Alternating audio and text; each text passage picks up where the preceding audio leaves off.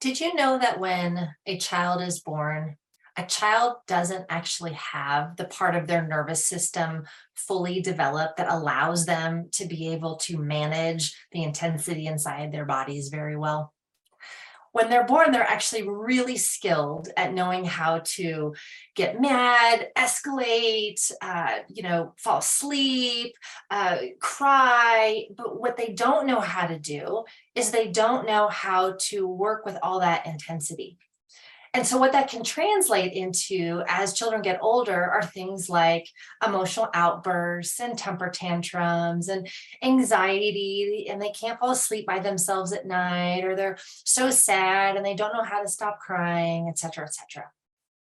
And as parents and caregivers, we often think that the way to work with our children is to teach them skills on how to manage this whole thing better, without recognizing that there's actually another part of it that's maybe more important than the teaching of the skills, and that's actually the modeling of the skills. See, children, as they are growing older, observe, they watch, they learn so much by having someone model something in front of them. I like to think of it as they're collecting templates, right? What do I do when I feel like this? What do I do when I feel like this? And we forget sometimes as parents and caregivers that actually our own ability to model the very thing that we would like our child to do when they're in the midst of their intensity is actually the thing that they need to see us doing a lot. They need to watch us do it. They need to be able to see it in action. It's like the difference between telling a child, hey, next time you're upset, take a deep breath, versus, okay, we're upset, let's take a deep breath. And the adult actually models taking the deep breath. So the child goes, oh, that's what taking a deep breath looks like. Oh, I get it now. The other reason why modeling is so key, and this has to do with neuroscience, is that in those moments when we as parents and caregivers can model those very things that we want our child to do. So, for example, take a deep breath, or maybe say out loud, I'm really frustrated right now, or shake our bodies out because, there's a lot of tension, or ask for help, or whatever those things are. For hungry, actually go get something to eat or get something to drink. The reason why it's important for us to do it is when we feel these things in us, we actually access a part of us that's a little bit more steady inside.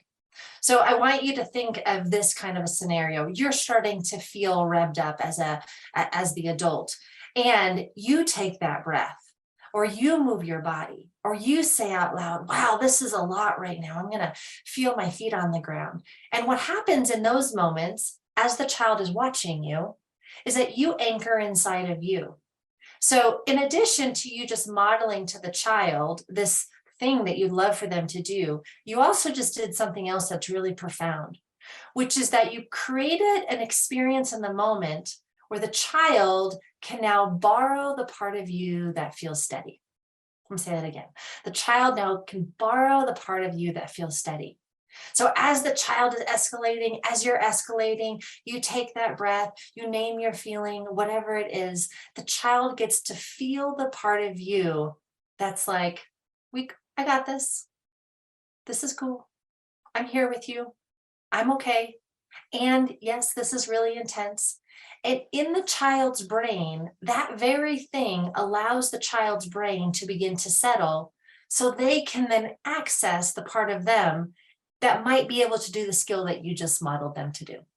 So, all this to say that the next time your child is having a hard time, before jumping to techniques on what you can do to them, I want you to flip the script, and I want you to get curious about what can you do to you so that you can model to your child what to do, and simultaneously accessing a part of you that's a little bit more steady so your child has something to grab hold of while the two of you navigate probably what's a pretty uncomfortable situation.